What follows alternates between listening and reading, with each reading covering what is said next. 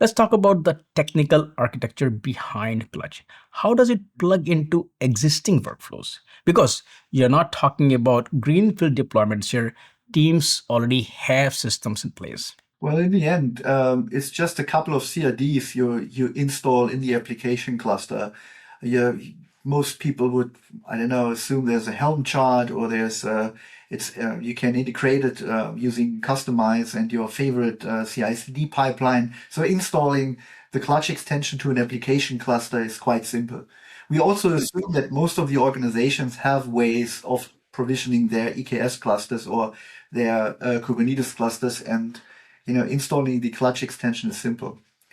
For the anynines hub control plane and the Klutch control plane, you just need a Kubernetes cluster that's somehow managed or maintained.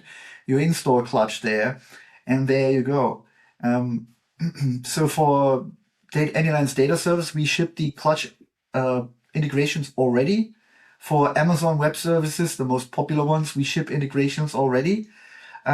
If you have already, let's say, a lot of RDS instances, we are working on migration scripts that help you to read the structure. And as long as it is within those best practices, like say you're using the well-architected framework, we're basically able to slurp in, reflect on the existing Amazon topology and read it and create and generate the metadata and import this into anynines hub. This is currently in the making, but we have first feasibility studies undertaken, and it looks very promising.